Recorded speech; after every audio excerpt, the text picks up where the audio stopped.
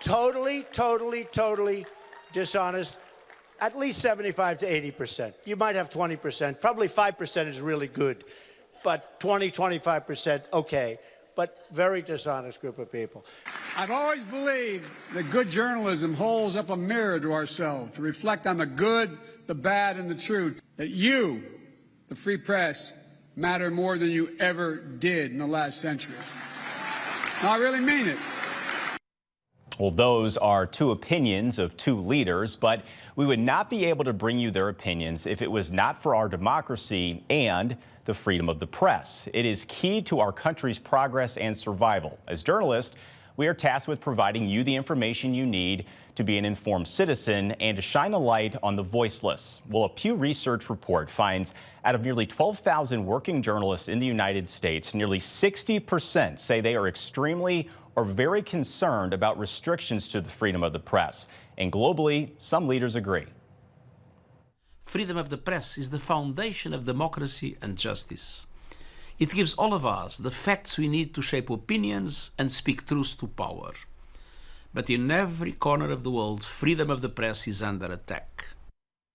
Well, if strong journalism is the key to democracy, how do you do it when you can't fund it? Increasingly, this is the biggest threat in America. So many of our communities have no reliable news sources, so fake news, power-hungry leaders, they can just go unchecked. New tonight, our Dion Broxton reports on an effort in the bi-state to fund the news, but it's not without some doubts.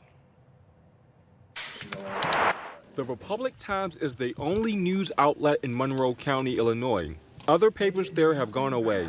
That's what's keeping us going. It's these great subscribers that continue to support the paper. According to the Illinois Local Journalism Task Force, more than a third of Illinois newspapers went extinct since 2005. And some counties near Monroe County have no local news outlet or just one. The Republic Times is bucking the national trend of dying newspapers. From 2022 to 2023, the paper saw a nearly 3% increase in subscriptions. No one's covering school board meetings. Former journalist turned Illinois State Senator Steve Stottleman wants to help boost outlets that remain and hopefully attract new ones. He's working on a bill to tackle news deserts by offering state funding.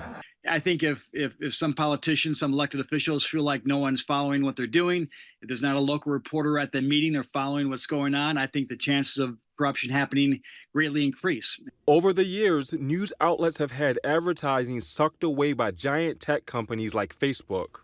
One of my suggestions in the bill I'll introduce next week, it would allow media companies to negotiate collectively with these tech giants and create a new revenue stream for local newsrooms. Stottleman is mulling over tax credits, grants, and fellowships for small newsrooms. But not everyone likes this plan. It would be essentially a state takeover of local news organizations. Mark Glennon founded WirePoints, an independent nonprofit company delivering original research and commentary about government in Illinois. And they'd be picking and choosing who gets funding. I can see that criticism for grant programs, but I think tax credits and tax policies really are open to everyone. Senator Stottleman says the proposed legislation is to incentivize newsrooms to hire local reporters. This is a growing community, so there's a lot to cover. I think we're doing a good job.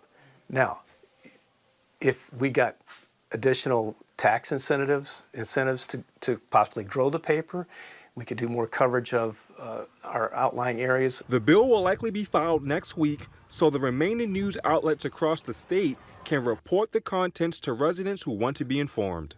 In Waterloo, Dion Broxton, First Alert 4.